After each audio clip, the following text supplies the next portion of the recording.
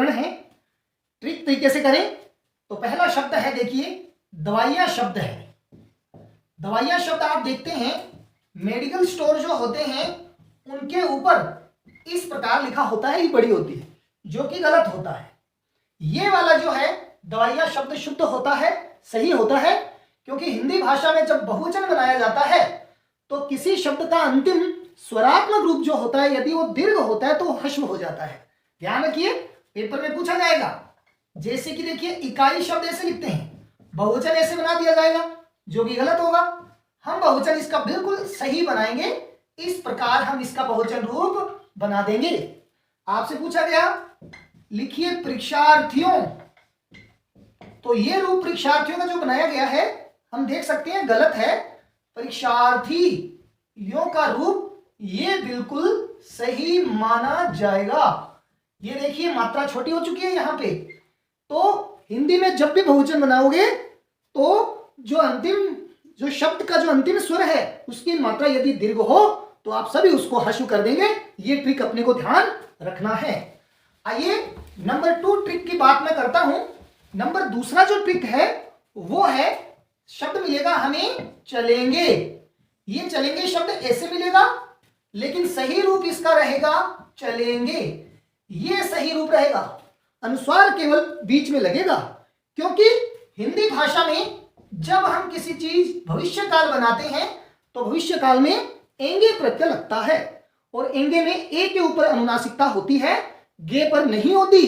इसलिए देखिए आपको मिल जाए शब्द करेंगे, तो करेंगे में आपको यहां अनुस्वार मिल गया तो गलत है।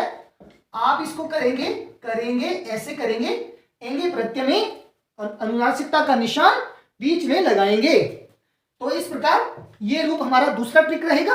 एंगे प्रत्यय को ध्यान रखेंगे और गे पर अनुस्वार न लगा के बीच में लगाएंगे हम अनुनासिकता व अनुस्वार का निशान। आइए आगे बात करते हैं हम। अगला हमारा जो शब्द है उसका नाम है, जैसे कि सौंदर्यता। सौंदर्यता, ये शब्द है सौंदर्यता, और एक लिखा हुआ है सौंदर्य। ध्यान रखिए, सौंदर्य शब्द या सुंदरता शब्द ये दोनों सही हैं, लेकिन सौंदर्यता गलत है। एक रूप वाले दो प्रत्यय कभी भी एक साथ नहीं लगते, जैसे यह और ता प्रत्यय, ये दोनों एक रूप वाले हैं, दोनों एक साथ नहीं लगेंगे। या तो लगेगा यह प्रत्यय या लगेगा ता प्रत्यय। तो आइए ये शब्द कैसे बनते हैं। जैसे कि यह प्रत्यय हिंदी का एक विशेष प्रत्यय माना जाता है, और जब ये किसी शब्द के साथ जुड़ता है तो शुरू के अंदर, शब्द के शुरू के अंदर यदि ए की मात्रा होती है तो आ हो जाती है, यदि ई की होती है तो आई हो जाती है, यदि ऊ की होती है तो औ हो जाती है। ऐसी स्थितियां बनती हैं। तो जैसे उदाहरण के लिए देखिए, सुंदर शब्द था, इसमें हमने यह प्रत्यय को जोड़ा तो शुरू में ऊ की मात्रा है, तो ऊ की मात्रा औ में तब्दील हो जाएगी जब ये जुड़ेगा। तो देखिए स के ऊपर हमने लगा दिया ऊ की मात्रा, न द। अब जब प्रत्यय जुड़ते हैं तो शब्द के अंतिम जो अक्षर होता है उसमें से स्वर गायब हो जाते हैं, तो र इसमें गायब हुआ, र आधा हो गया, जो कि इस ये के ऊपर लग गया। तो नया शब्द क्या बना, सौंदर्य। या फिर सुंदर के साथ आप ता जोड़ दीजिए, सुंदर प्लस ता बराबर सुंदरता। ये भी सही है और ये भी सही है, लेकिन एक रूप वाले यह और ता दोनों साथ नहीं आएंगे।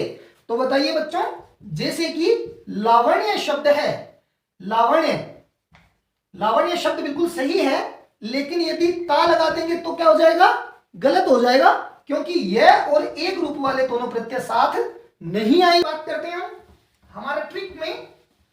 नेक्स्ट जो शब्द है वो है ये शब्द, आपसे उषा शब्द है।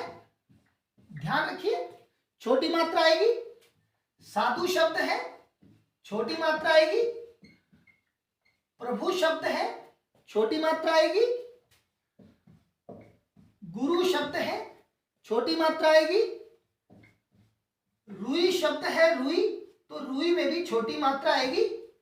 और रुपया शब्द है, इनमें भी मात्रा छोटी आएगी। अतिथि शब्द में देखिए मात्रा छोटी आएगी, क्योंकि इनका सुरात्मक रूप जो होता है हशो होता है, बोलने पर हम इनको क्या कर देते हैं, बड़ी कर देते हैं, जो कि असंगत माना गया है। तो ये शब्द देखिए प्रिय बच्चों, उषा, साधु, प्रभु, गुरु, रुई, रुपया, अतिथि, इन सब में जो मात्राएं हैं वो ह्रस्व आएगी। हमें ह्रस्व मात्रा का प्रयोग इनमें, इन शब्द जब आता है इनमें मात्रा, आलपिन में बड़ी मात्रा आएगी, सूरदास, सूरदास में मात्रा बड़ी आएगी, आलपिन, सूरदास। ध्यान रखिए ये शब्द फीस, ये फीस ध्यान रखना है, फीस शब्द मात्रा बड़ी आएगी।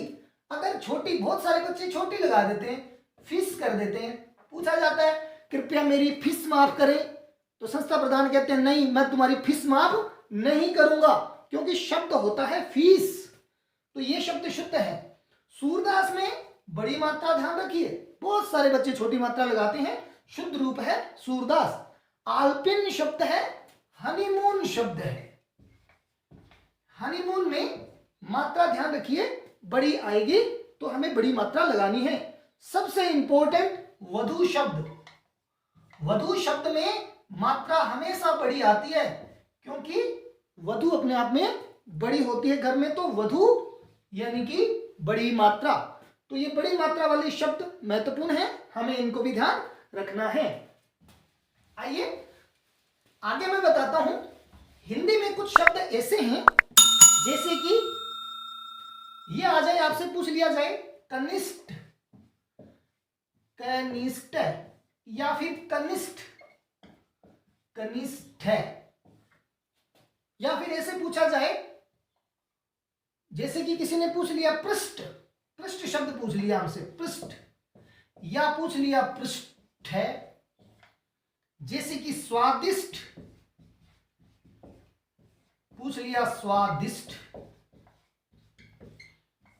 या ये पेपर में बहुत आता है भाई धनाढ्य या धनाढ्य। तो देखिए प्रिय बच्चों, हमें ध्यान रखना है कि जो ये कनिष्ठ ट वाले जो रूप हैं ये अल्प प्राण रूप है ना, और ठ वाले रूप में महाप्राण है।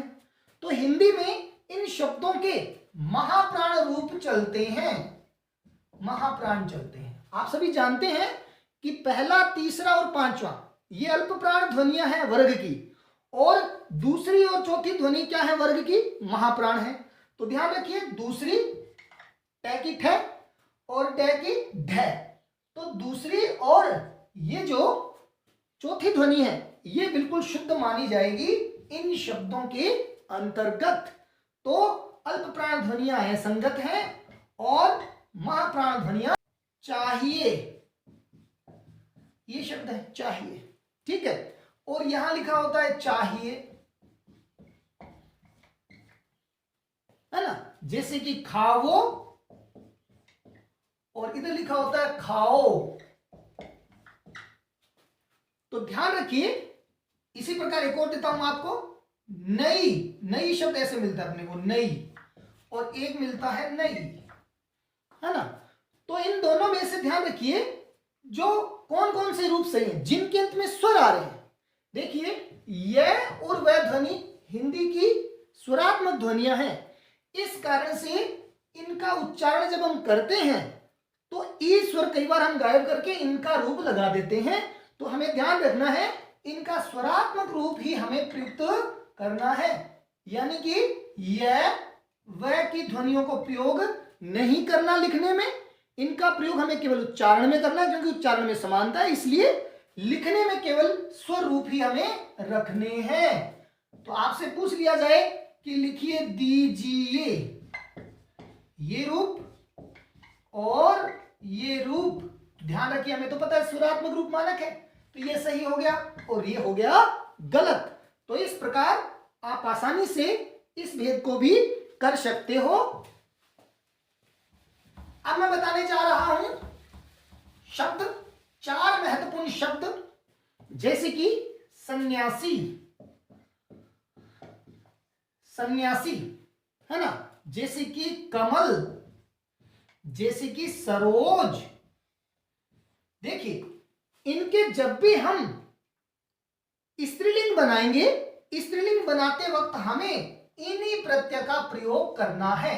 इनी का, ओनली नी का नहीं करना है भाई, इनी प्रत्यय का प्रयोग करना है। ई छोटी और न पर ई की मात्रा बड़ी। तो देखिए इसमें इनी का प्रयोग करेंगे तो कैसे बनेगा, सन्यासिनी। संस्कृत के शब्दों में इनी प्रत्यय ही लगेगा और हिंदी शब्दों में केवल नी प्रत्यय लगेगा। ओके, तो यहां पे कमल प्लस इनी करते हैं तो शब्द बनेगा कमलिनी। सरोज प्लस इनी शब्द बनेगा सरोजिनी। इसी प्रकार बनाइए, देखिए काम प्लस इनी का बनाकर मुझे दिखाइए आप लोग। काम प्लस इनी का क्या बनेगा, कामनी नहीं बनेगा, कामिनी, कामिनी बनेगा। ये ओके है। जैसे कि देखिए शब्द आ गया सर्प, तो इसका बनेगा सर्पिणी। ये लीजिए, है ना।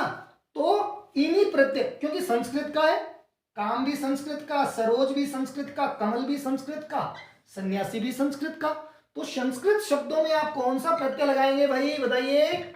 इन्हीं प्रत्यय लगा करके बनाएंगे। ये रूप बिल्कुल शुद्ध है। लेकिन ऐसे आ गया कहीं लिखा हुआ कमलनी, तो ये कमलनी गलत माना जाएगा। ये अपने को ध्यान रखना है। तो प्रिय विद्यार्थियों, आज की क्लास में इतना ही। महत्वपूर्ण शब्दों के साथ